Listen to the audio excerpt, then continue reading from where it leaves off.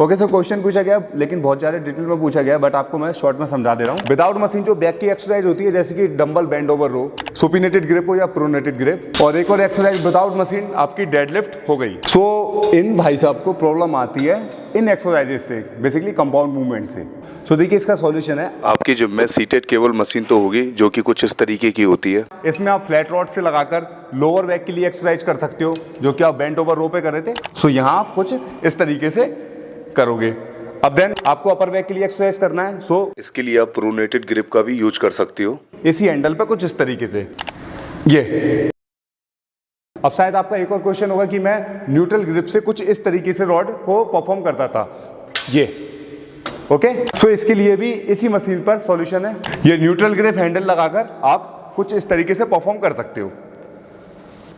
और बात रही आपके पुल मूवमेंट्स के लिए, जैसे कि लेट पुल डाउन हो गया, सुपिनेटेड हो गया, न्यूट्रल ग्रिप भी आप इसी वाले हैंडल को लगाकर कर सकते हो, जो कि मैंने आपको यहाँ पर बताया था। अब बात रही आपके कि जिम में वो दोनों मशीन ही नहीं है, lat pull down, seated rowing, तो आपकी एक जिम में केबल मशीन तो होगी, तो आप केबल को डाउन कर हर एक हैंडल से एक्सरसाइज को परफॉर्म कर सकते हो। जैसे कि न्यूट्रल ग्रिप का तो मैंने ये लगा लिया है, आप फ्लैट रॉड में भी pronated grip and supinated grip का भी यूज कर सकते हो।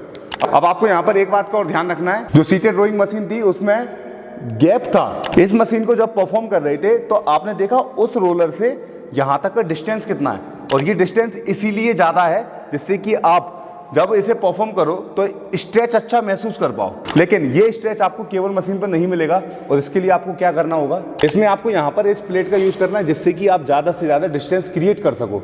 और भी कुछ रख सकते हो और ज्यादा डिस्टेंस बढ़ाने के लिए। अब देन परफॉर्म कीजिए।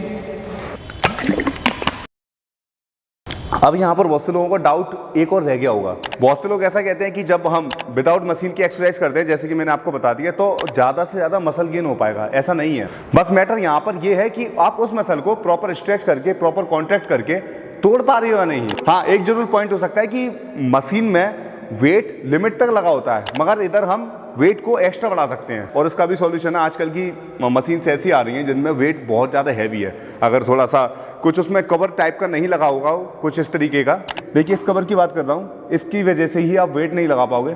लेकिन कई मशीनों में, मतलब कई जिमों में मशीनों के बाद ये कवर नहीं होता, सो उसका आप एडवांटेज ले सकते हो। नहीं तो कोई बात नहीं, उतने पे ही काम करिए। उसी फुल वेट पे जो आपका टाइम अंडर टेंशन है वो आप चेंज कर सकते हो। जैसे कि पुल करने को आप स्लो कर सकते हो और स्ट्रेच को और ज़्यादा स्लो कर सकते हो, जिससे कि आपका मसल और अच्छे से टूट पाएगा। आई होप भाई आपको अच्छे से समझ में आया होगा।